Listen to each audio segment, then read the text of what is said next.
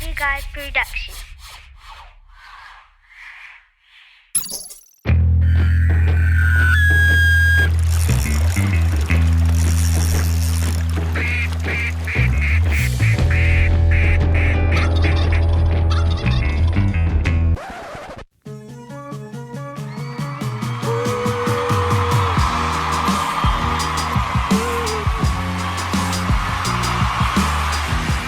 Welcome everyone to another exciting edition of the OutieGuide podcast. Got a lot to talk about today, and pretty excited about how things are going. I wanted to start off real quick talking about a little bit of the success so far. We haven't even pushed this at all. We've already got a couple, we're approaching 100 downloads. So thanks to everyone that's out there downloading the podcast, and thanks to everyone who is sharing. I encourage you to share it with everybody you know. And let's grow this community of people that are like-minded, that would like to. We'd love to hear from everybody, really, but let's grow it. Thanks for sharing. Together. Yeah, 4 episodes into it. This is our 4th episode. I feel really good about it. Exactly. It's honestly been super fun. Oh, for sure. And the thing is I think once we build this out, we're going to get feedback. We're going to get reviews and feedback on what to do and things that people like and things that people don't like. And so like Matt said, let's build a community. That's kind of our goal that we want to do with this, and have not an exclusive club, obviously. I'm one that... Heck no. Let's bring them all. Yeah, exactly. So I'm the crazy ones, we'll convert them. Yeah, well, they're the fun ones. They're the ones you have fun with. They ask questions, the weird questions that we may not want to ask, but we want to know about. So, you got to ask the tough questions. That's right. Like, have you ever fished naked before? No, I haven't. Depends on your definition of fishing. Hey-yo! Hey! All right, so yeah, welcome again, and thanks again. Share alike. Share and share alike. So again, this week's podcast is, again, we're sponsored by Brush Tones again, same as last week. Go to Amazon, visit their page, hit those guys up. These, from what I understand, and tell us a little bit about their success and what you've been doing since you've been working with them. It's been going great. We have Brush Tones has about 7 or 8 products on Amazon right now. I think they got some on Etsy too, but they're just starting out. They've only been, the artist has been painting for over 20 years, 25, 30 years. Incredible artist, and they actually just launched their storefront in the beginning of January. Sales have been skyrocketing. OutieGuide has been doing some digital marketing and digital strategy to help them grow their business, and so they went from absolutely 0 sales on the stuff that they're doing to now it's starting to pop, and a lot of it's just on effort on their part, but also effort on our part and helping them out. And so it's really good. They're doing a great job.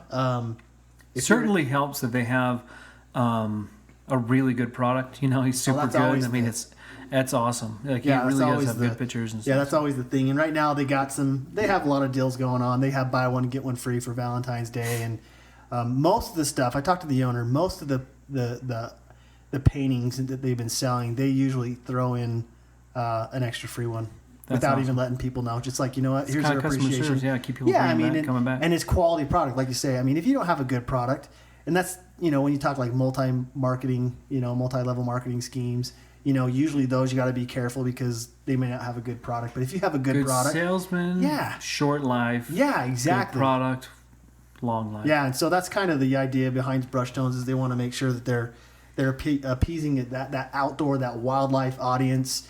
They're doing really well. I mean, he's going to get into some galleries in Jackson, around Yellowstone, so things are really picking up. It's awesome. And just to carry on from what we have been doing, we're still going to be giving away the 5 wildlife prints.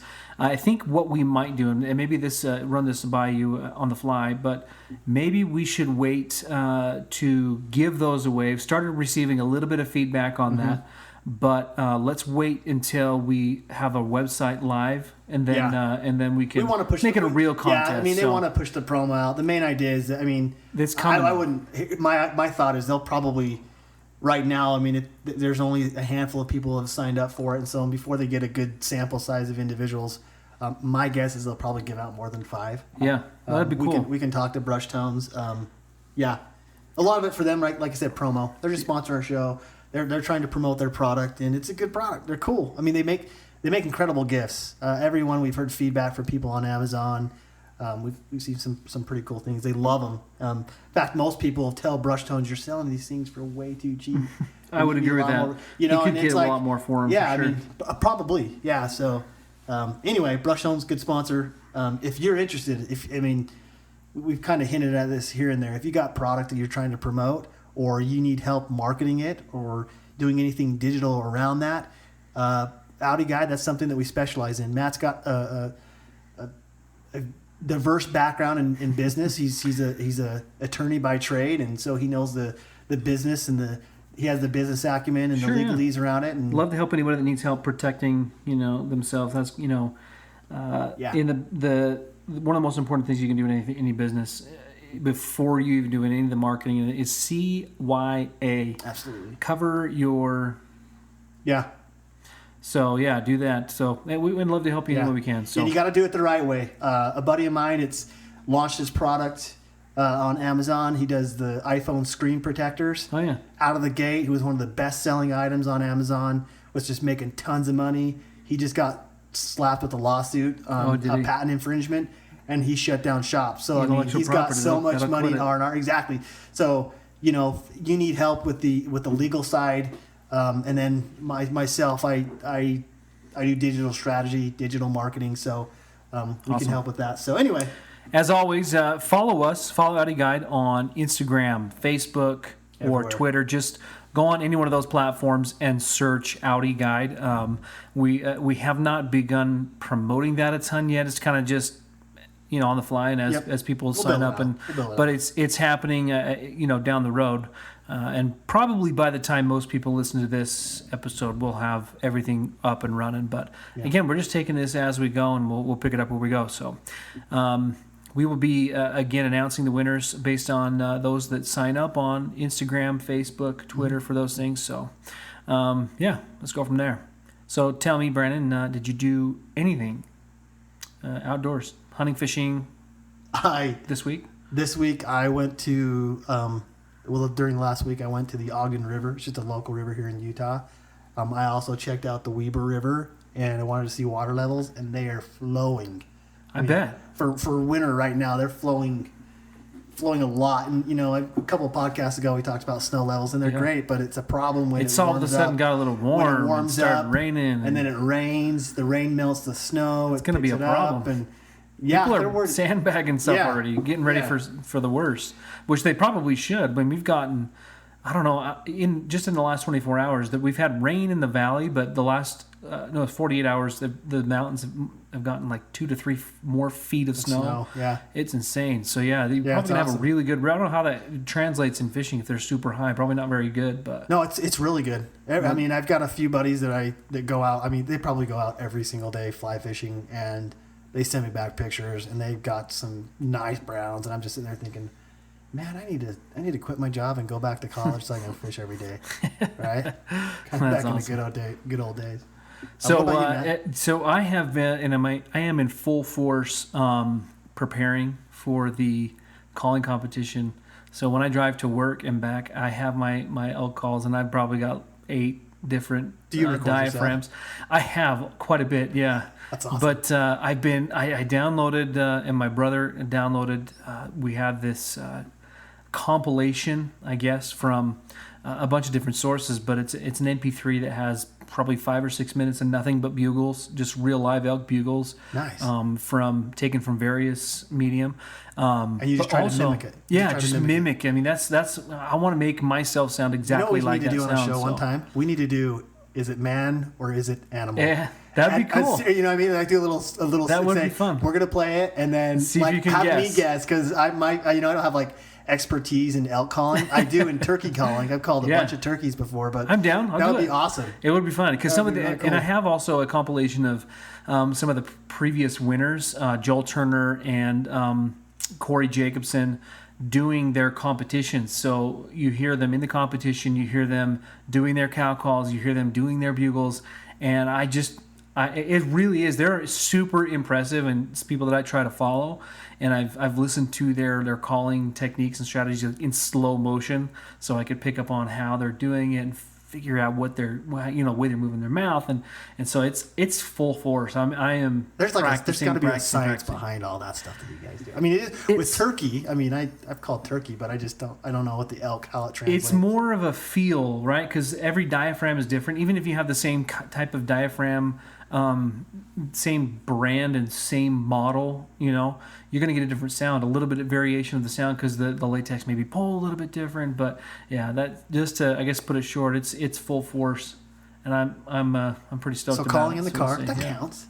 That's for sure. It's outdoors stuff all the way there and all the way back. Yeah, it's going to make you a better hunter. I mean, I hope so. And that's the thing. It's wintertime. It's kind of anytime. Well, off season of anything. And it's not necessary with fly fishing. It's never really off season because you go ice fishing, whatever. There's things you can do. Yeah, to prepare. Yeah. Exactly. I mean, you can get rusty, obviously, on some of the stuff, but at the same time, if I'm not out fishing, I'm usually watching YouTube videos or I'm reading a book on.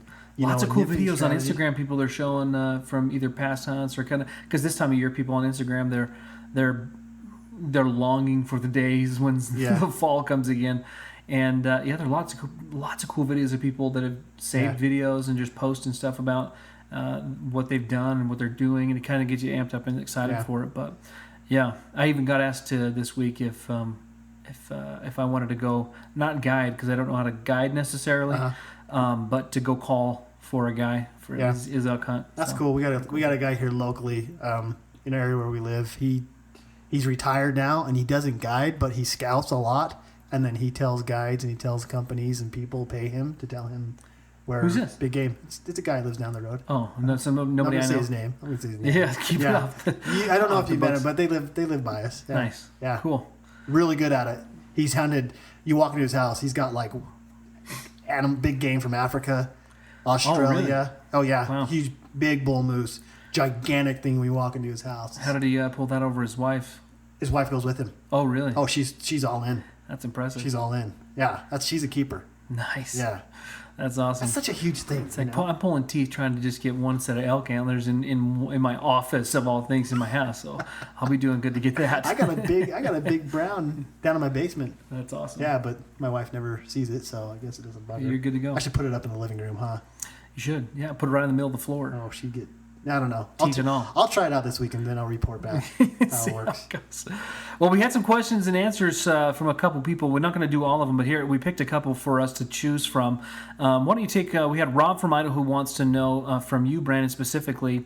Rob from Idaho, he wants to know, I've noticed that fly fishing in the winter is really difficult, almost impossible, mainly because it's really cold. So his question is, what is the best way to stay warm while fishing in the winter? Yeah, that's a good question. With fly fishing, you're always moving, right? Especially your upper torso and even your legs, to a certain degree. But you're always moving, and so I used to be a big proponent of neoprene, always in the wintertime, always neoprene, because it's just that.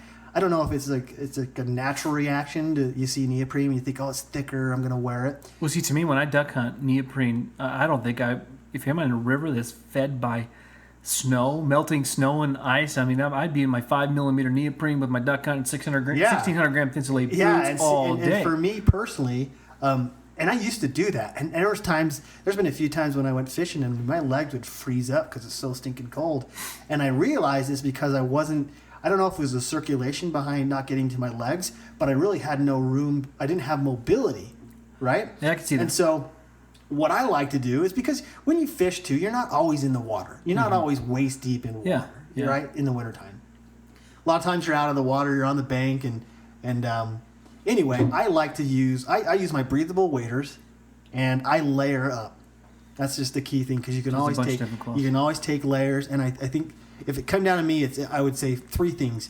You're going to want to make sure that you have layers. Number two, you're going to want to make sure that you have mobility, not just in your legs and your feet and your knees. Because sometimes people put on 2-3 socks, and you don't need to do that. Because as soon as you do that, you can't move your toes. Yeah, I've noticed they're going to freeze up on you. Yeah, one pair of warm socks and a duck hunting wader or duck hunting boots is probably similar to this, but.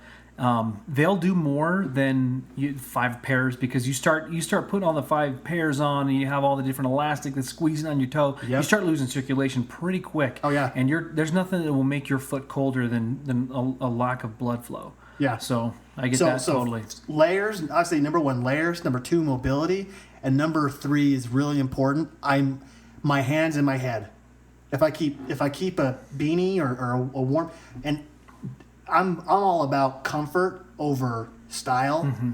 Some guys, fly fishing community especially, I hope I don't offend anybody, but some guys just, they have to look good. Yeah. And I don't care. When I'm out in the wintertime fishing, I'm all about comfort. Yeah, I was going to ask you that question about the hands. What you're using your hands constantly. Yeah, especially with feel. I don't know if there's a lot of feel. There's multiple brands of fishing gloves. You can check them out you can go to Orvis or Amazon even, or Sportsman's Warehouse, or there's tons of outlets you can go to. That would probably be a category that we're going to create a page on the best fishing gloves, probably best hunting gloves too. Yeah. But they're the gloves, and the fingers, the fingers will slide out, so you can have that dexterity. And when you get cold, you just slide them over. But my head, I'm going to have a warm beanie, and my hands, I'm going to have gloves on, but they're going to be the type of gloves that I can slip my fingers out and I can tie knots and tie flies on. So those are the 3 things for me when I go out, so I can stay warm, because there's nothing worse than being cold fishing, and those are just that's just my approach and my advice. So the other question he had along with that was and we're going to try and get all these questions answered for you, Rob. But what are the best patterns to typically use during the winter? What's he mean by that? Patterns, fly patterns. I'm guessing what type of insects or what type of nymphs or dry flies. You can always approach a stream and you can see what's on top. And in the wintertime, you don't get all the hatches. Depending on where, if you're in the Rockies, it's winter, it's snowing, it's cold, you're not going to get all the hatches. If you do get a hatch, it's going to be mostly midges. But I like to focus on kind of the bugs or the insect life that's always going to be in the river, regardless of how cold it's going to be. How active are the fish in the winter? Not as active, but they'll still go after food. They've got to survive. They got to eat. Sometimes, I don't want to say it's a misconception, but it just seems counterintuitive. Sometimes people think that the fish just hibernate and they don't eat anymore, but they do. Yeah. They do. They're not going to expend as much energy because it's cold. Yeah. But they'll still go after streamers. But my rule of thumb is I always start small. I always go with a really small midge or a WD-40 or something that I know is going to be in that river, and then oftentimes I'll sometimes throw a San Juan worm or a variation of these different San Juan worms, and then I'll usually go with a sow bug or a scud. Nice. Yep, because they're always in the river. Always. Nice. I'm not going to throw I don't even know what half that stuff is. WD-40 to me is something you oil your bike chain with. Yeah. You got a squeaky door. Let's go get the WD-40. No, exactly. It's a cool fly. In fact, the biggest fish I ever caught, it was a cut bow pushing 30 inches. I caught it on a size 24 WD-40, so it was teeny. I don't know what that is. I'm picturing it was impressive. You're attaching a bright blue can with yellow writing and a red straw right to your line. It was actually an orange one. I tied it myself. I was proud. I'll have to see this. I'm interested now. It's cool.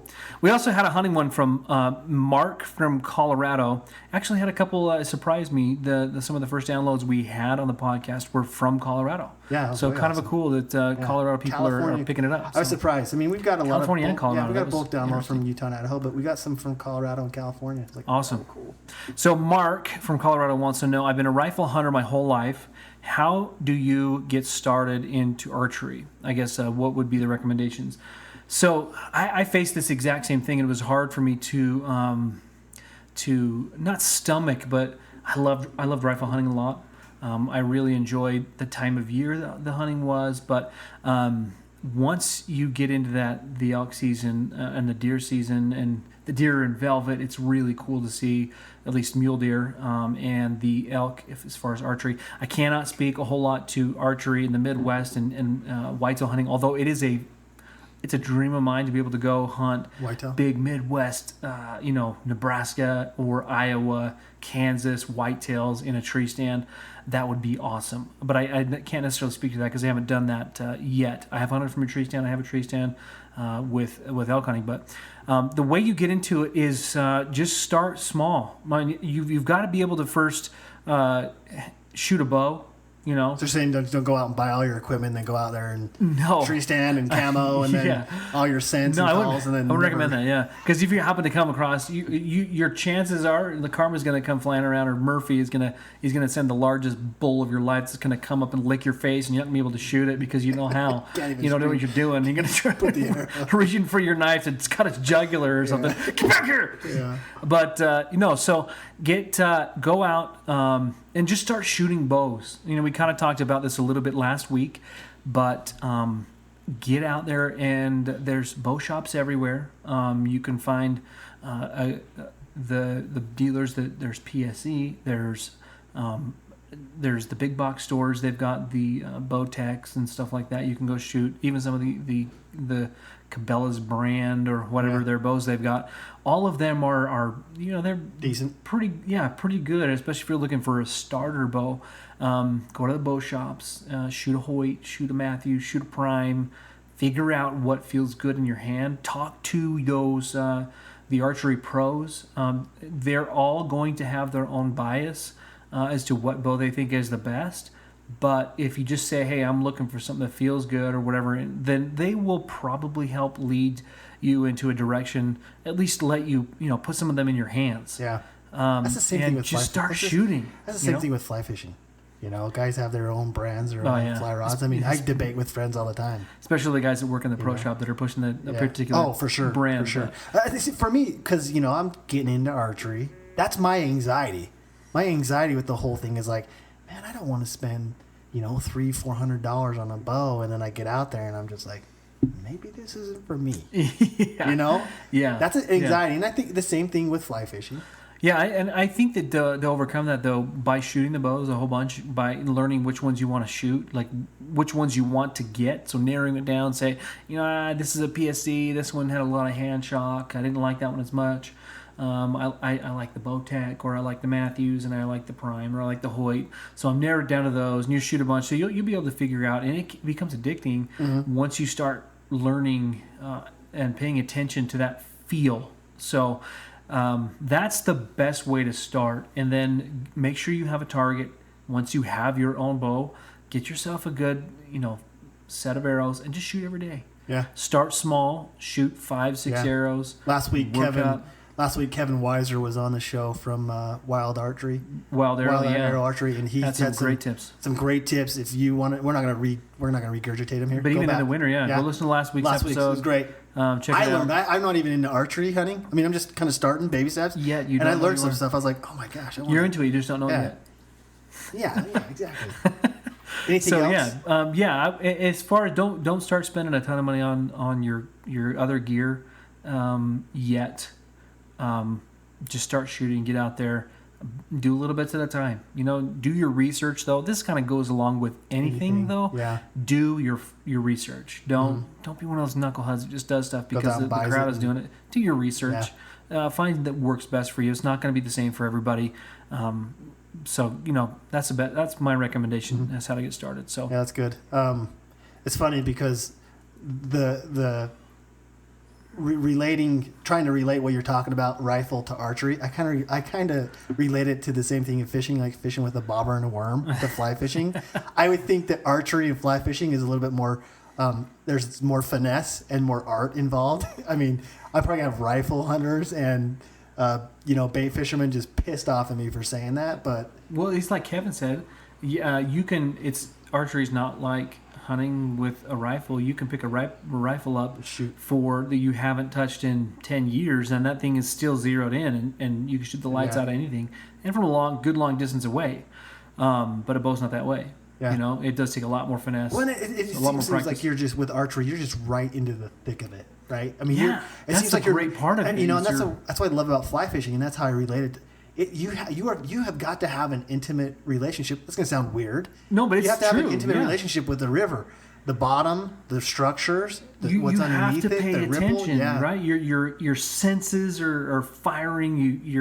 It's more primal, right? At least archery. Oh, that's a good. It's more primal. It's more involved, more intimate with your surroundings. You got to be listening. All those sensors are just firing at all cylinders all the time. You don't call an elk with a rifle. No, well, you can, but you don't. I mean, not generally. Most of the time, the rut isn't happening more of the earlier of the season. Yeah, in Utah, the rifle generally starts at the tail end of the rut, at least the last week or two. Yeah, okay. So you can hear them bugle every once in a while, but as soon as the first shot goes off, they shut up and they hightail it to the thickest, the most steep and nasty part of the canyons.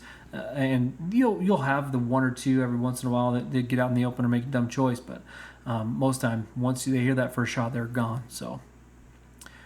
So moving on now. If you have a question, we've received a few from some listeners, our new listeners to the podcast. But any questions you have, send it to us. If we don't know the answer, we will find the answer. We'll find an expert that knows. But kind of just based on our experience, we can answer as much as we possibly can. So you can email them outieguide.talk@gmail.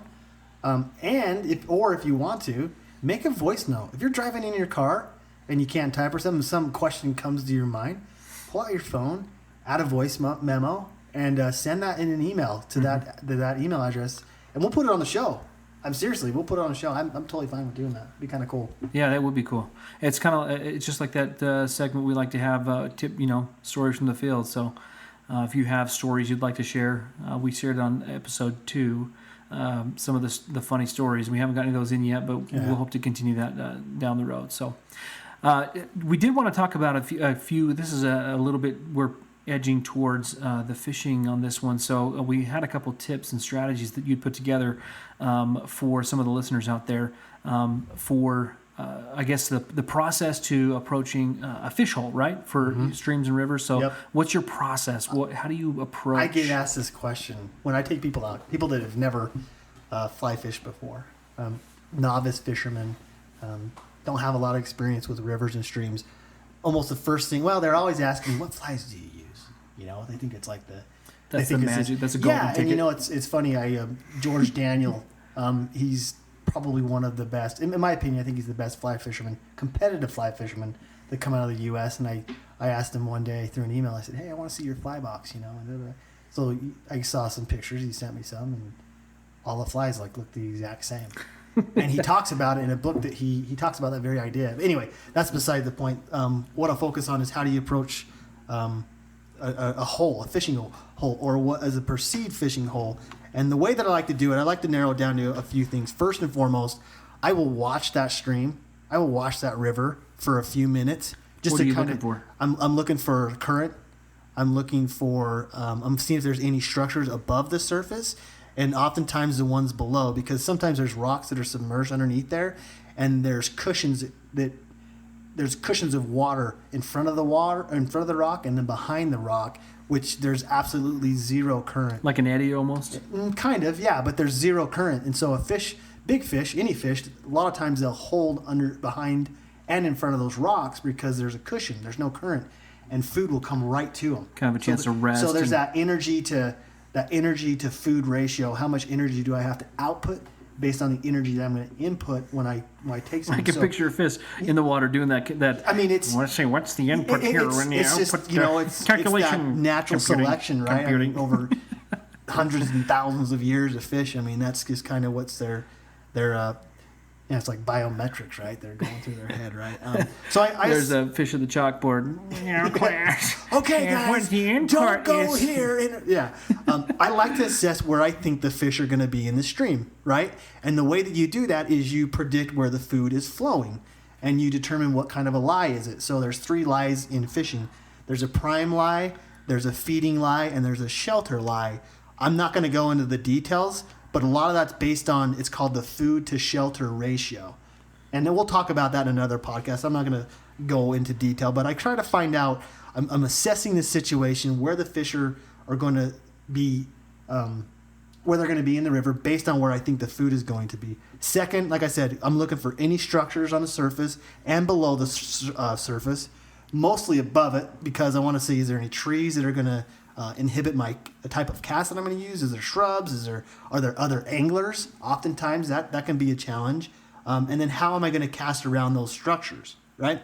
And just because there's structures, I've seen so many guys skip fishing holes because there's tons of trees, tons of brush, overhanging stuff, and they just in their mind they think there's no way that I'm going to be able. And I'm telling you what, there is a way. I'm going to make a YouTube video on how to get it. I've done it before, and there's been times when I've approached a hole and I've slipped just a slight minute step, and I've stepped in the water and I've scared the fish. But guess what? I wasn't going to fish there anyway. Yeah. Well, how long is a fish's memory? They're not going to be thinking, they swim away because they heard a scary noise or they saw a big foot into the river. But they're going to remember. Don't go that way. There's arguments on how long their memory is. Plus, there's like a collective memory with fish. It's weird. You'll find if like a beehive mentality kind of? They don't feel each other, but they kind of do, because if one fish gets spooked, another one will get spooked, and there's kind of like this chain reaction. Yeah, it's really weird. But fish's memory is only, at the very most, a fish's retention is probably a second. Yeah. I mean, they're all based on instinct. And anyway, back to what I was talking about, structure fishing, right? I'm looking at what's going to impede my cast. Third, and this is key, right? Because a lot of guys, I do a lot of fishing. I watch a lot of guys fish. And most of the time when there's a money hole, there's a really good fishing hole, what do you think most people do? They go right to the sweet spot. They go right to the structure. They go right to where they think the big fish is. And that's probably your first mistake. Always approach the fishing hole from the tail end. Now, if you can't, because that's okay. Tail end downriver? Tail end downriver, yes. Okay. If you can't, then you can approach it from the at the top, but the refraction zone, there's almost zero refraction zone when you approach a fish from behind. When you approach it from in front, they can see that, right? So that's one thing, the tip that I would say is approach it from behind. Every footstep that you make, keep in mind, these animals, or these creatures, they live in the river. That's their home. That's their expertise field, right? They can sense every footstep, ripple on the top of the water. All that stuff that you do creates vibrations that trout are keenly aware of, right? So they have all those mechanisms, survival mechanisms, to help them stay alive. So be very cautious, approach from behind. And then finally, fourth, this is another key one. I'll start fishing as close to me as possible. Even if I don't think fish are there, I'll start to cast. I'll cast in the shallower water. I can't tell you how many times I have done that, and I have caught browns or mostly browns in that situation, but big fish I will catch in 3 to 4 inches of water, usually in the slower stuff where I had no clue that they would be residing. And I can't tell you, sometimes I've fished there and I haven't caught one, and then I sneak closer to the money spot of the hole and I scare a big fish away. I think a lot of people have, many people that do that are going to experience that. So, anyway. Yeah. Sweet. Good tips. Yeah. That's awesome, man. I'm going to have to use some of these tips because, honestly, I've been one of those knuckleheads that would write, hey, that looks like a good spot. That looks like a good structure. That looks like whatever. And just no hold barred elephant feet running right in there and throwing in the line. And if I had be disappointed I didn't catch anything. And if I had $1 for every time that I was approaching a hole, when I fish with people, sometimes it annoys them because I'll take my time to get to the money spot. But I'm gonna improve my chances of catching fish by fishing every possible spot that I think fish are gonna be. Yeah. Right. There's some places where fish aren't. But yeah, well, I guess that maybe the big takeaway is there's a lot of strategy to that.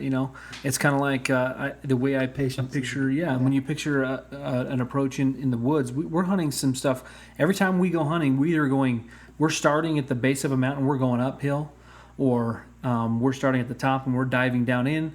But you gotta be paying attention. You can't just dive in and expect that you're gonna find something. You gotta pay attention to the surroundings. What's the landscape? What's the hillside? What's it doing?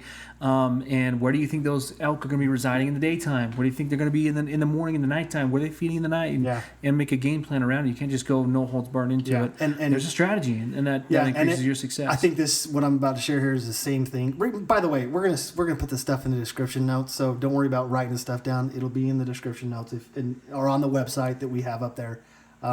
On our iTunes or our podcast website, the amount of fish and the size of the fish that I catch has quadrupled once I understood those concepts of approaching the hole and being patient with fishing and just in general, not just fly fishing, but even some of the other kinds of fishing you do with your kids and stuff. So what's the strategy for you in keeping your head? Like for me, I know that It's hard. There's been lots of situations where I have, and I understand a pretty good understanding of what to do in a situation, but or any scenario, I can think of a scenario if I have an elk coming this way, the wind's that direction, and I know where to go. But there's been lots of times where the adrenaline, I see, like with a fish hole, you can see a big, huge brown. You've got, it's right there.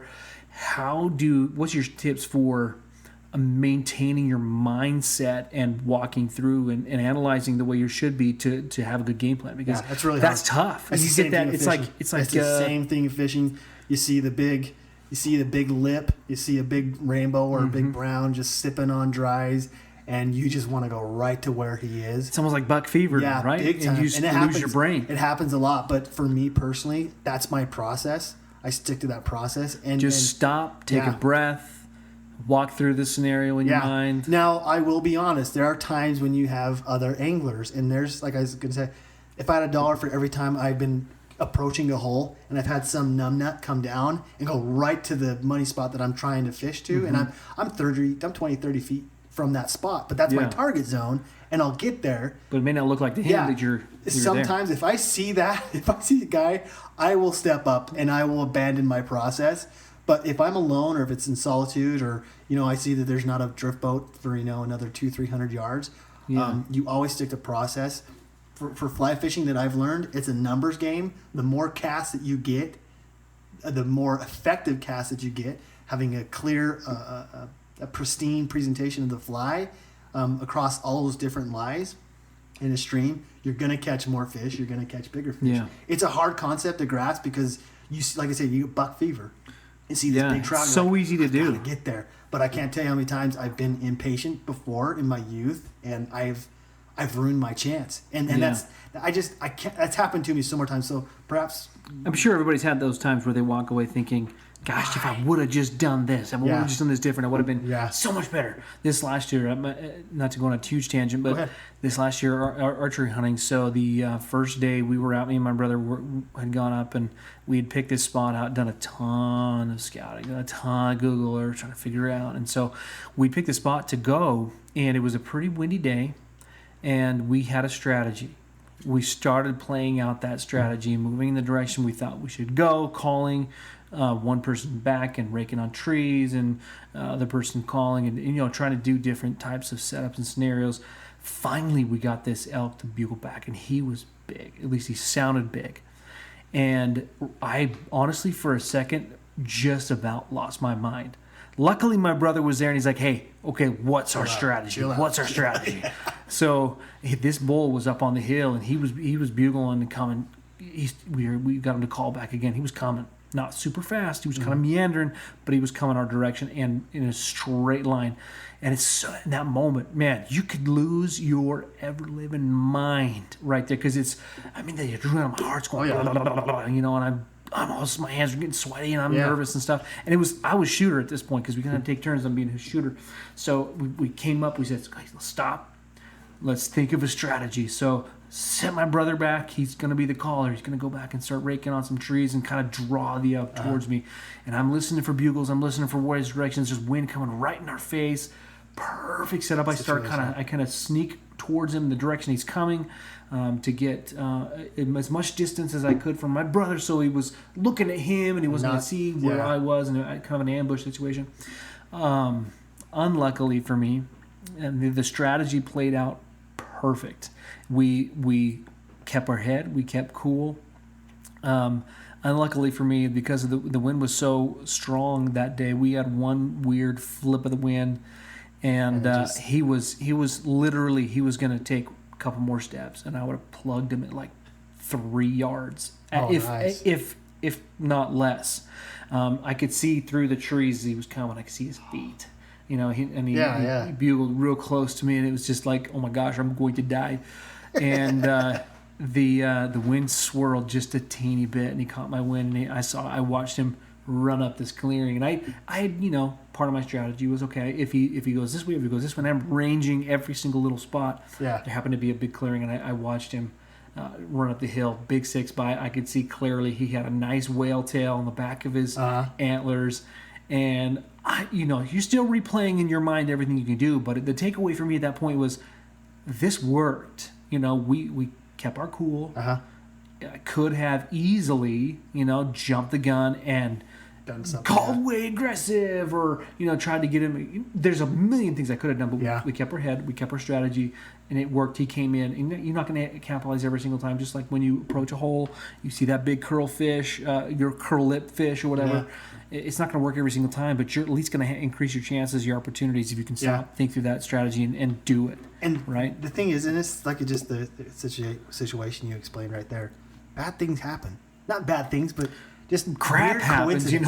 Weird coincidence. You can't control nature. Exactly. I've had situations where I've identified and targeted a trout, and I'm working my way to him, and I've seen a leaf drop from a tree and see the fish dart. I'm like, what? A freaking leaf, and it's just bad situation, or an unfortunate event, and you roll with it and you learn from it. And I mean, that's probably the biggest thing is you got to control your emotions, and that's just not just for fly fishing or hunting, archery. I mean, it's with rifle, with anything. Yeah, it's a takeaway for life. Yeah, right? On our Facebook, we posted a video of that. There was a lady that just freaked out on this guy that was scouting a 8-point buck. It's on the OutieGuide. It's on the OutieGuide Facebook page. He was awesome at controlling his emotions. The guy? Yeah. I'd have slapped that lady upside the face. I couldn't. Yeah, there's a lot of things that were weird about that video. Yeah, it was weird. It was weird. I think he actually said go back. I'm not going to tell you what happened. Go back, read the article. It's on OutieGuide, our Facebook. And I thought we could put it in our show this week. It's slightly entertaining. Yeah. It's interesting. A lot of similarities and parallels between fishing and hunting that I'm finding. I think that's why a lot of people do both. Yeah, for sure, absolutely. There's so many changeover, crossover that and they're honestly so fun to do either way. Once you can become good at anything, any one of those things, it's going to become super enjoyable. Plus, you cannot beat a good day in the field, right? If you're hunting, if you're fishing, if you're just going and shooting, if you're camping, hiking, you can't beat it, right? Yeah. For me anyways, and I think it's the same way for a lot of people. You just can't beat it. So, and there's different times when the sports are for hunters. If they could fish in the summertime when there's not a ton of hunting going on, and so there's a ton of crossover for sure. We'll talk a little bit more about that on one of our. Let's talk about it now, on that project Healing Waters, fishing into the news. Yeah. This is an article that I came across. It's good. It's this program. It's called. I have the link in the show notes, but it's a fly fishing program that helps disabled military vets in this region of the U.S. And it talks about how they take out these guys, and it's just it's a way for them to give back to people that serve in our country. But what was interesting is one of the guys that was part of that. He says, when I'm fishing or tying that fly, I don't think about the bad stuff. And that was a line in this article that stuck out for me. I first and foremost, Project Healing Waters, I stand behind what they do. It's freaking awesome. I've seen similar programs. I watched one on a local TV station here that they do an outdoor show. They did one with hunting. They took a guy out. I think it was turkey hunting. Might have been. I don't know. It might have been elk. And they took the guy out several times. Yeah, and I just think and there's just something there. What is it with hunting or fishing outdoors? What is it? In your opinion, Matt? Maybe I'm putting you on the spot. I apologize. Yeah, no. What is it? It's number one. It's a way for you to take yourself out of the situation of self-loathing. It's so easy to do. Here I am. I have a bad situation. I have this. If you're injured or if you have whatever, you can stop thinking about it. You can get your mind focused on something else. But I think one of the biggest things is just being outside in general, and being. It's primal again, it's kind of connects us to our primal roots, and that's where we feel the most comfortable. And you can just kind of forget all the crap. You can take yourself out of the world and all its haze and all of its hustle and all of its mess and all of its stress, all the problems that are there, and just take yourself out of it. Some of my favorite experiences that I've had have been during the middle of a day. I'm hunting on the mountain. I've just hiked like crazy. Sit down for a minute, kick your feet up a little bit, lay back, find a nice soft piece of grass or something to lay down in, and just listen. Listen to the wind blowing the trees, listen to the birds. Get a nice drink of water. I've even kicked back and slept for a couple, 20 minutes or so here and there, and there is nothing better than that, because there is nothing. You don't have any distress. You don't have any burdens. You don't have any. I don't know. I just wonder if it's just because of the raw nature of it. Could be. Yeah. It's just like, I think so. I think there's a lot to do with You're it. just like, you watch TV, you listen to a radio station, you're watching something. There's something behind it. There's a motive behind it, right? Well, yeah. There's somebody. There's like, there's nothing. There's no motive behind wind. No. Fish have no motive other than to stay alive. They ain't trying to sell you anything. Yeah, they're not trying to. They're not trying to get you to. Yeah. They're not trying to get you to do something. Yeah. They're not trying to get you to. You're not bombarded by lights and sounds and sensory overload and all this other crap. I love this line from this guy in this article. His name's Alan. He served. He spent over 23 years in the military. He says, I try to get people involved, other people like me with depression, with anxiety.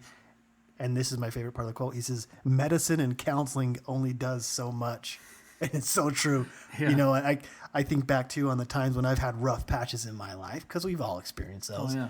My best coping device has always been getting out. And for me, it's fly fishing.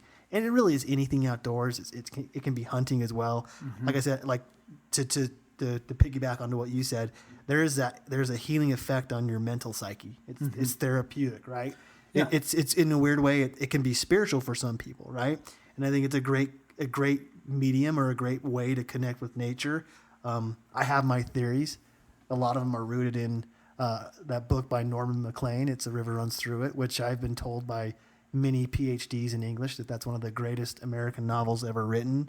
I think there's the rhythms of God in rivers and streams, and I think when you're out there in that element, you're just trying to get back in the good graces of God and nature. It's natural, right? It's everything else that you have, all the different things that are bombarding your senses and in your time and your attention all the time. It's manufactured, it's man-made, and it's something, it's unnatural, if you will. Yeah. It's not natural. So I think that's definitely has a ton to do with it, and it connects on a level with our psyche, our spirituality, whatever you want to call it.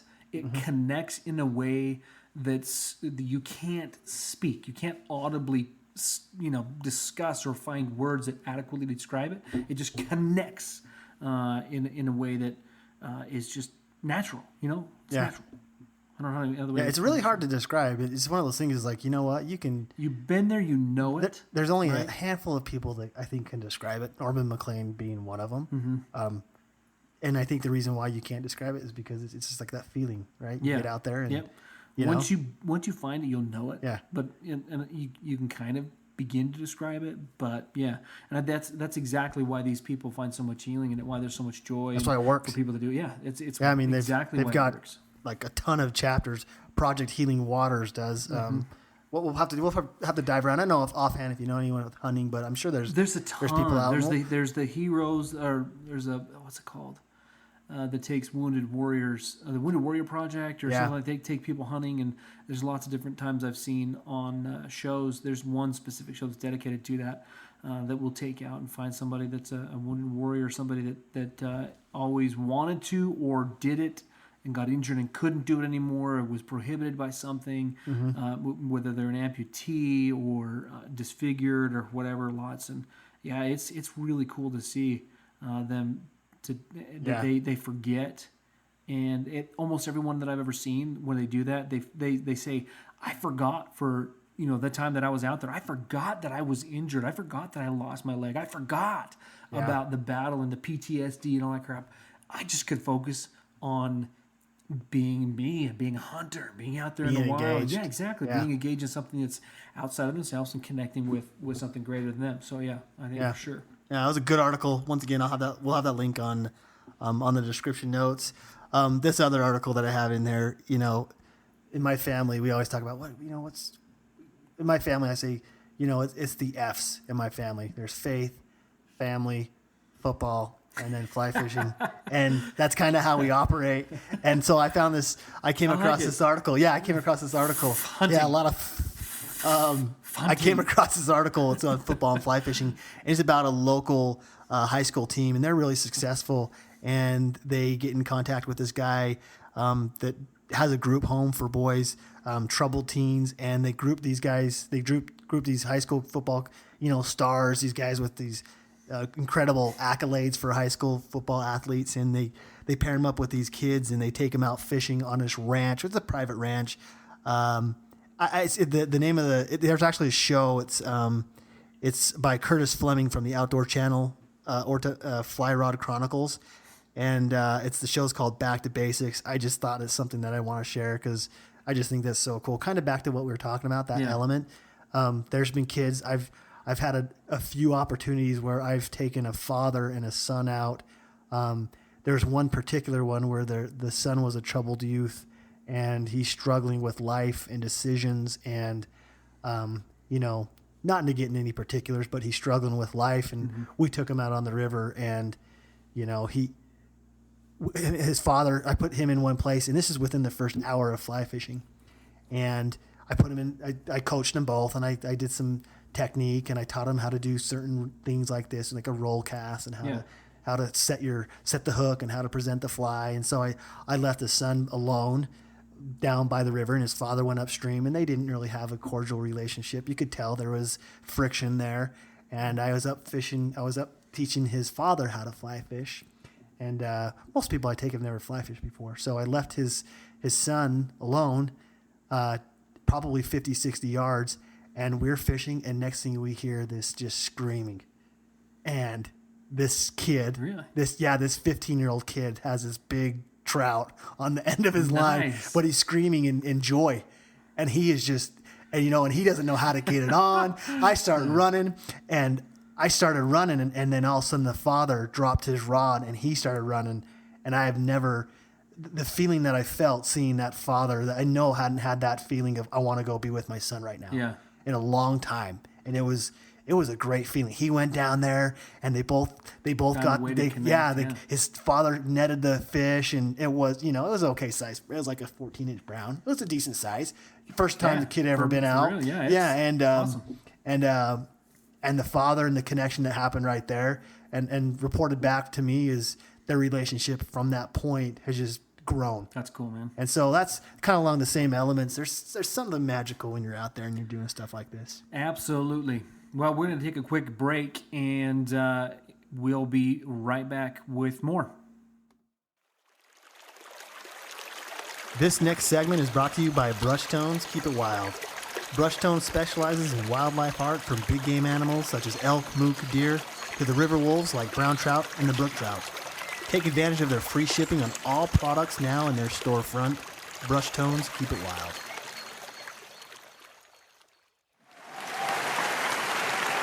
All right, for all those that were just listening to that wonderful spot, you need to go back and listen to it, because we have a new species, everyone. Welcome to the world, mook. Mook. Deer, elk, and mook. And mook. Oh my gosh. We did that promo, and Matt's chuckling up. He's like, dude, you just said mook. That's awesome. I'm like, what? Oh my gosh. He's back like, the tape. I was like, no, let's just roll with it. I don't care. That's kind of fun. That's like a perfect way to go into rants and raves, right? Yeah, let's go get mook. Yay, mook. Oh man. Oh freak. It's gonna. You ever see Crank Anchors? Please tell me you saw that. Yeah. The bad. I don't remember the kid's name, but it was Special Needs Willie or something like that. He'd call people, yay! Yay! We need to have like a little drop. Yay! We need to have a little drop in there on mook. It's going to be an ongoing thing. Awesome. Rants and raves this week. We just talked. We were talking a little bit about some of our rants and raves and rants. I was like, man, Shia LaBeouf, man. I saw it at the Super Bowl, right? By the way, awesome Super Bowl. One of the commercials was. It was a wig. It ended so good. It was man. amazing. It was crazy. Yeah, I couldn't believe the comeback. It in a way I was pissed, but at the same time I'm like, gosh, you got it. You have to. Are you kidding me? To come back from the deficit they had. Huge Peyton Manning fan. Named my son after Peyton Manning, for heck's sakes. I mean, I love the guy. The guy's my favorite quarterback. And after that, I was like, you know what? I think Brady's probably You the gotta best. give him some respect. He's just that's incredible. for sure. Yeah, you can hate the guy all you want, but man, Gosh, you just love to hate him, but you gotta respect it, right?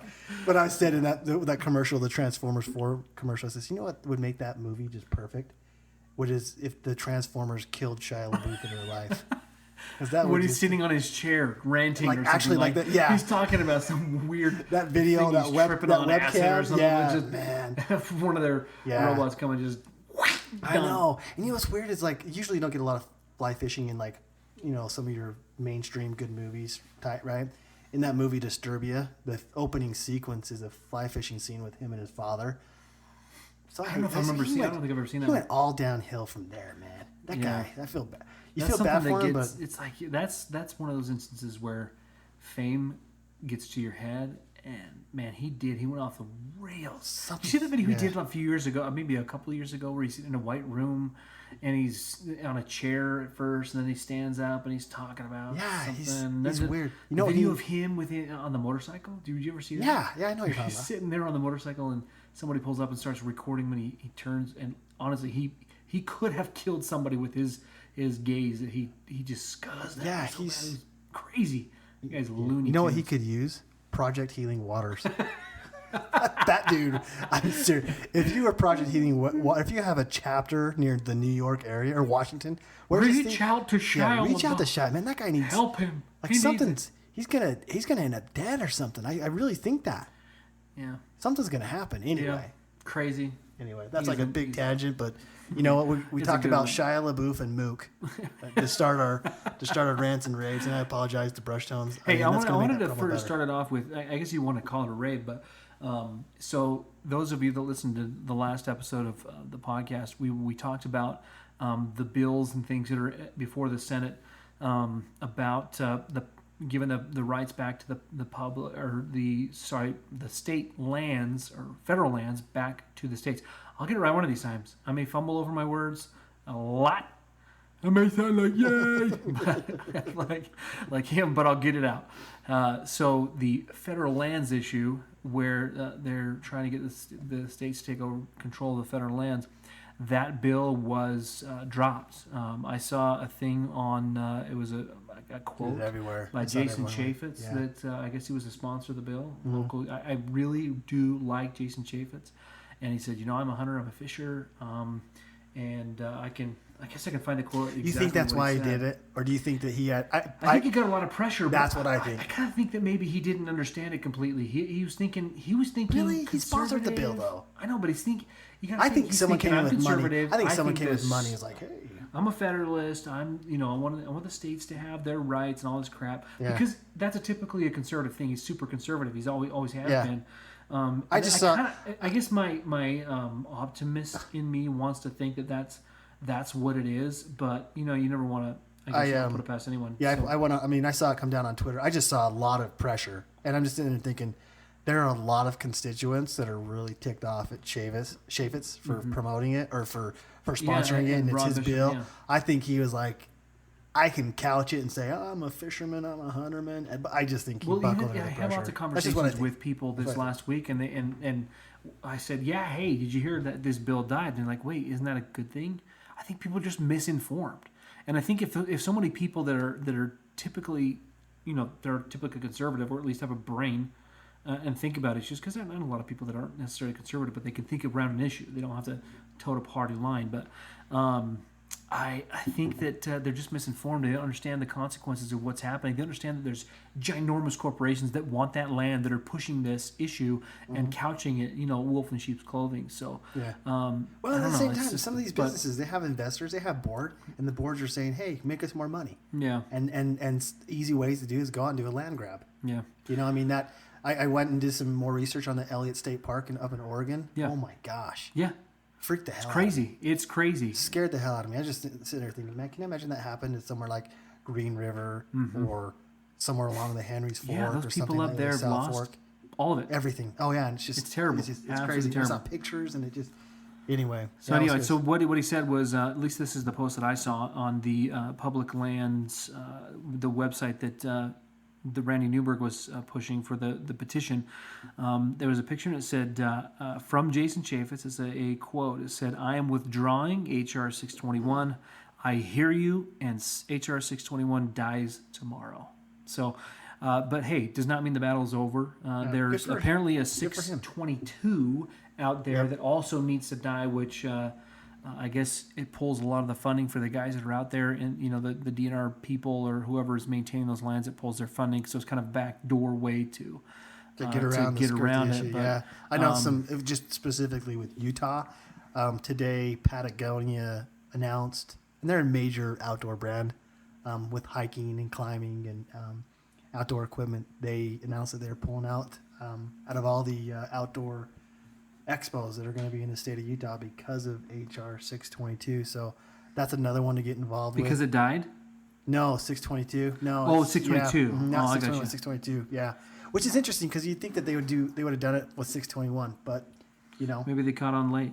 Maybe listen to our podcast. That's probably what it was. Yeah, but I went on and just the big takeaway from that is, get active. But that's a great rave. I mean, that's a huge win. It was awesome. Stay engaged. Everyone, stay involved.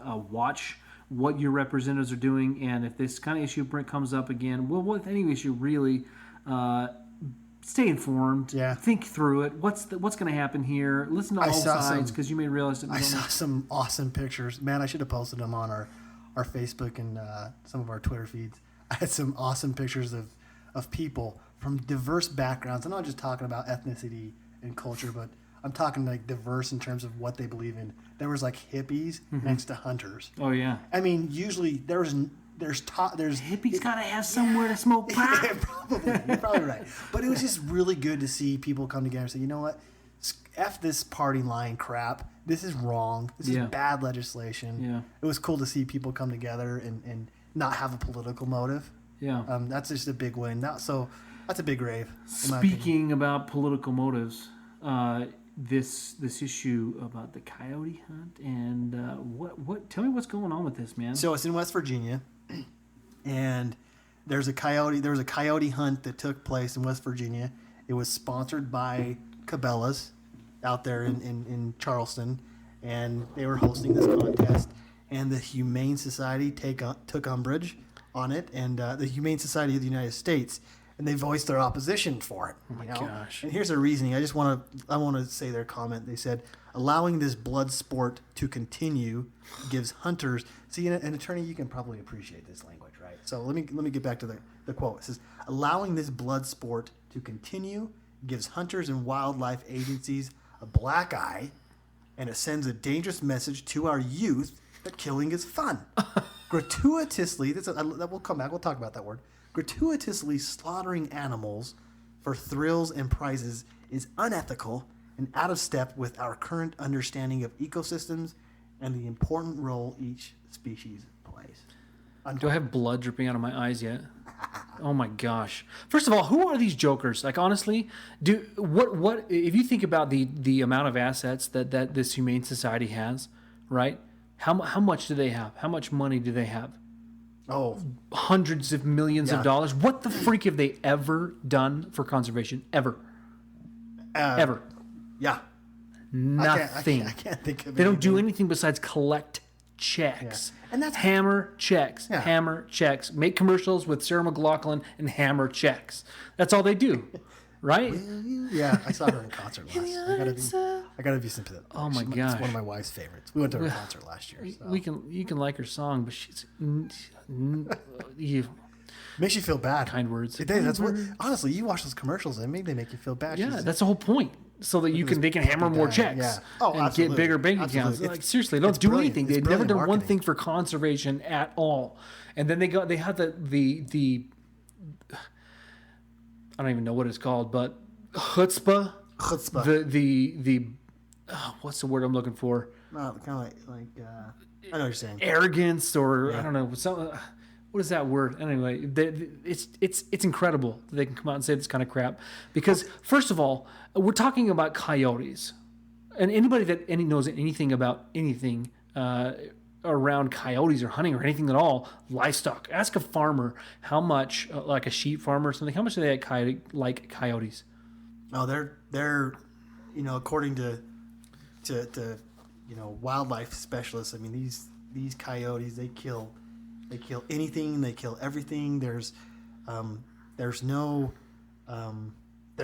if there isn't another predator like wolves to keep coyotes in check, they'll overrun stuff. Well, yeah, and ask the farmer if he, let's say, hey, Mr. Farmer, we don't like killing coyotes. It's a blood sport. Yeah. It's what's the word they used?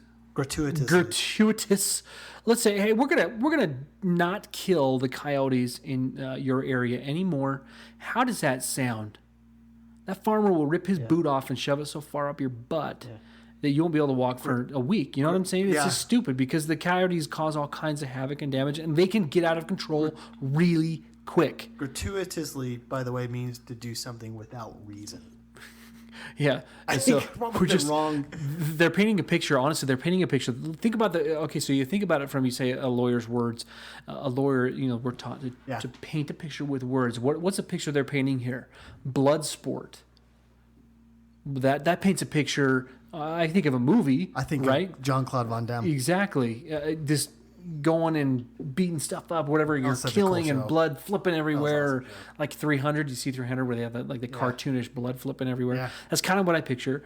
Gratuitous, right, without reason. Like, we're just, honestly, the picture they're painting with hunters and with Cabelas and with the outings is that these people are going out, they're taking their guns, and they're shooting anything that walks. Like Bambi, honestly. But it's got to be, and I've never had any work. I have no relations. I don't even know people that are in Humane Society or PETA or anything like that. But because very few people actually do it. It's got to be part of their campaign or their PR strategy.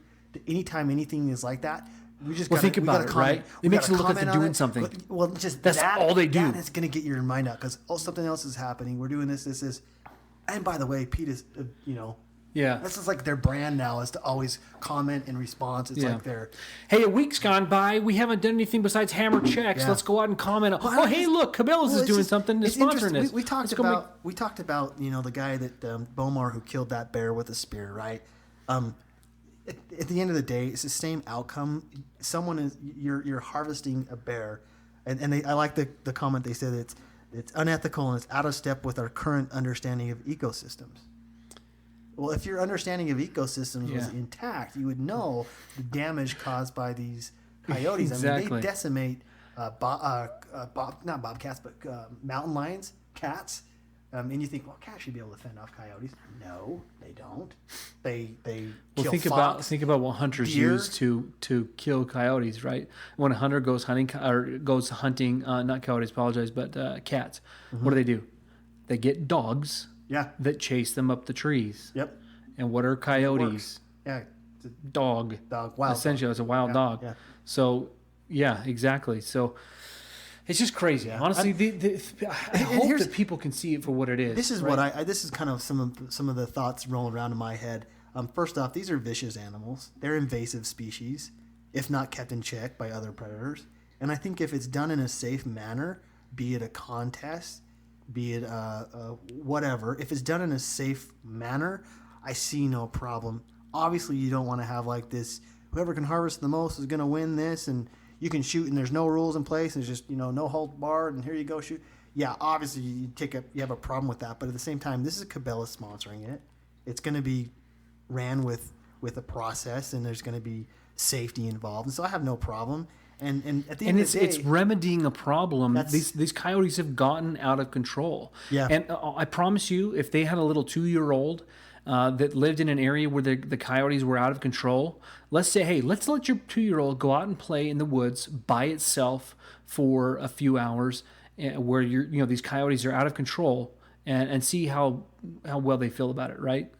They're going to change their tune pretty quick. Exactly. Because I mean, it's a problem. It's a major problem, and if left unchecked, there's no wolves there, are there? Right? What is it? No, wolves to keep them in check, or what? There's wolves. Well, yeah. I mean, in fact, there's studies done on the population. Obviously, there's always been bears and grizzlies in Yellowstone, but since they reintroduced the wolf, coyote population has just been way down. They just take them out.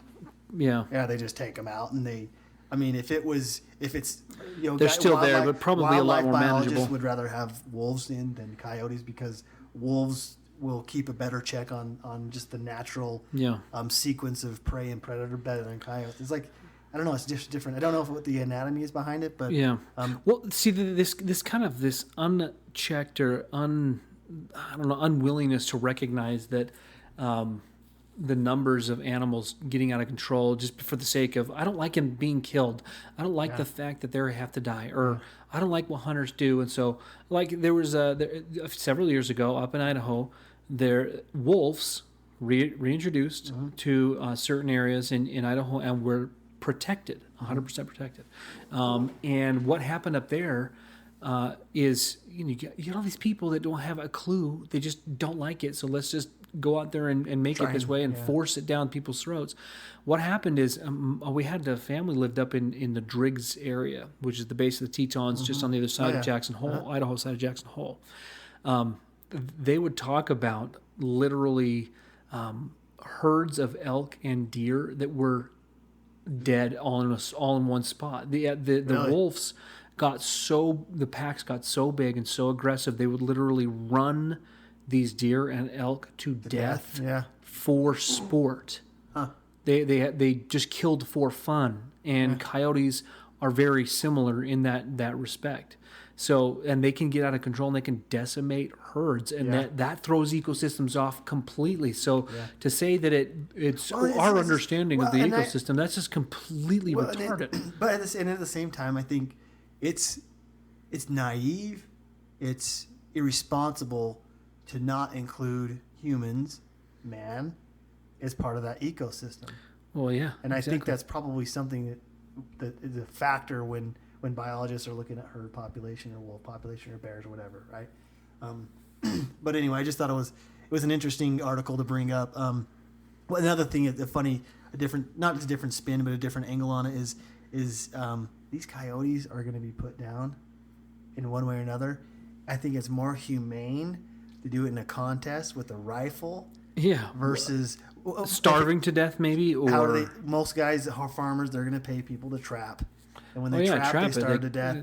Yeah. They get caught in poison. trap. They poison these animals, and that's a horrible. To me, I think that's a horrible way to die, versus being shot with slow a rifle. death versus lights out. I mean, I know. Yeah. There's. Yeah, I mean. Yeah, I don't really have a problem with the trapping either personally, but if you're just speaking in terms of just like what seems more humane, it seems more humane that a bullet, it lights on, lights off type of a deal is, right now, they're dead before they even hear the sound. Yeah, the bullet gets the bullet gets to them before the sound does, and so they're dead before they hear the sound. Yeah, so it's lights out. Now that seems. I mean, what's the problem with that if you're taking care of a problem and actually keeping an ecosystem in check? I think we can both agree that when they make statements or reactions to this, I think it's all to make money. Oh, it's just hammer checks, man. Just hammer advertising, right? Checks. Absolutely. It gets people talking about it. We're talking about it. Yeah, it's free advertising. But most people who are listening to the show probably don't like Humane Society, so they're probably, they're probably like, yeah. Just think about it though, in terms of if you're somebody out there who doesn't really understand what hunters do or outdoorsmen do for conservation versus what the Humane Society does for conservation. Take a look at what hunters have done. The Rocky Mountain Elk Foundation. Look at the Ducks Unlimited, the Trout Unlimited. SEI. There's tons of different things out there, and the amount of work and the amount of acreage, the amount of volunteer time that goes to put into actually conserving and protecting habitat, wildlife habitat, and herd population and health of the herd and all that kind of stuff, versus the Humane Society does nothing but make Sarah McLachlan commercials and make you cry and hammer checks. Yeah. That's it. Yeah. Other than that, they've done nothing but make ridiculous statements on. I mean, they might donate here and there to some shelters or whatnot. Maybe. I mean, I don't know. But I highly doubt it, man. Yeah, I mean, hammer checks. It gets in the way of hammer checks. Yeah, I mean, if it's just the way that I am personally, if I'm donating money towards something, how sometimes a lot of times you'll get asked at McDonald's or the grocery store. Yeah. $1. I just think it's a bad strategy. I mean, you might raise money. There's other ways to do it. I just think what pissed me off. One of these. I looked at the there was this website. What was it? I don't remember what it was, but it showed the salaries of the top executives of all of these like nonprofits, so-called 501 charities, whatever, C3, right? yeah. And the Humane Society is one of them, or the what was it, ASPCA maybe? BSA? Something I can't remember, but Boy Scouts of America. maybe, who knows? Probably. You ever seen how much those Yeah, freaking they do. badges are Yeah. nowadays? Oh, Anyway, it's crazy. It was like most of those top execs were over $500,000 a year. That's incredible. It's good business. Yeah, we should It's go make. great We should go make. business. Hey, can we call Sarah McLaughlin? Make a do it. sad commercial. You know what we should do? We should hire Sarah McLaughlin to do the Brush Tones promos. It's like suck at them. Right? Yeah, Mook. Hey, ask the guys at Brushstones if they can paint a mook. That'd be funny. What would a mook look like? What shoot. is a mook? Half elk, half moose? Oh gosh. That's awesome. Sorry to interrupt you. No, but- it's I know totally what you're good, saying. man. I know what you're saying when you look at things like that. If you're giving, if you're donating, follow the money. Do some research. All that stuff's public information. Anyway. Oh yeah, it has to Especially be. if they're nonprofit. Yeah, 501c3s. Yeah, it'll piss you. It'll piss you off, especially Yeah. for those of you that are out there working hard and You'll be done trying to. donating. You'll be done donating. Oh gosh, Yeah. you'll never I donate feel again. bad. The thing is, I feel bad sometimes. Like, I donate $1. No, I feel bad. It's like it's only $1, but at the same time, it's like I don't want to give money. I mean, how do I know what I'm supporting? Yeah, well, true. And a lot of times when they do that, they'll collect all this money, like Target or somebody will collect all this money. You want to donate to this, that, and the other, and then they'll make a donation on behalf of that Target. yeah. And Target looks like they're so generous, yeah. but all they've done is collect a whole bunch of money from generous people and taking the credit for it. So there's a lot of the ways you can donate. Man, Go buy a Ducks Unlimited membership, or go buy a Rocky Mountain Elk Foundation membership. Trout They got a Unlimited. great magazine. Yeah. You get some, you'll belong. be actually doing something. Henry's Fork Foundation. I mean, these are free plugs that we're giving. So these guys, if they have anyone who works from these corporations, all you gotta do, download these episodes. Subscribe to our podcast. Yeah, exactly. Henry's Fork Foundation. That's one that I am pretty big on. And then Trout Unlimited. I've always been flirting with the idea that I want to start one here locally for some of our rivers, because I think they're treated like crap. Yeah. That's probably a rant for another day, but it just pisses me off. I'm right there with you, man. I'll post some photos on our Facebook page. I'm right there with you. I fish sometimes, and I catch browns, and I catch big browns, and I've got empty plastic water bottles floating around next to me and beer cans, and I'm seeing more and more of it when I fish on the Henry's Fork area because there's a lot of recreation. We had that last year. It just We went pisses me up off. camping up near Strawberry Reservoir here in Utah, and went on a little hike and found an abandoned little campsite with all kinds of garbage, and not just that, but up in the trees where you couldn't see garbage bags after garbage bags after. I mean, they just looked like they had come up there week after week and partied and throw all their garbage in because they're too lazy to take it down, or too lazy. It's just honestly, I think it's a few people that ruin it for everybody else, which is super frustrating. Always. But we can definitely write about that another day. So Anyway, we're gonna push the. we have a product spotlight review. We're working in with talks with the company, so we're going to hold off on that. Maybe have them on to help us Promote to plug it, whatever. it, Yeah, so. because it's a great product. It We're is, going to feature absolutely. it eventually one of these podcasts. Yeah. So we're going to wrap things up here. So again, go please check out the show notes. If you have any questions about anything, go subscribe on our social media, Facebook, Instagram, Twitter. Remember to tell a friend, get this community growing, and offer up any support you think you want, any questions you want to give. We'd love to hear your stories, that kind of stuff. So bring that up. Building the community. And, Matt and I, we're in talks right now. I'm working with some companies on building out their brand and their product. Matt and I are actually going to start our own outdoor product from scratch. We're gonna Kind of a test. I know. I'm 100% sure it's gonna work. We're gonna do it. We're gonna have you along for the ride, and we'll talk about it maybe here and there on some of our shows. I'm down. And we're gonna teach you. We're gonna help you out on growing your company and Absolutely. just growing your brand, and it can even be your personal brand too. So for those of you that are interested in writing something for OutieGuide.com, or being the expert on something, shoot us an email at OutieGuide.publish@gmail.com. That's OutieGuide.publish@gmail.com. And remember to subscribe to the OutieGuide podcast. Again, give us a review. Yeah. Let us know what you think. If you hate us, think we're stupid. If you think we said something that offended you, fine, let us know. And help us to figure out how we can do it better. So leave a review. So remember, as always, be responsible. Don't be one of those knuckleheads that we all hate. Be responsible. Leave the outdoors better than you found it. So, and again, this is Matt and Brandon for OutieGuide saying, get outdoors.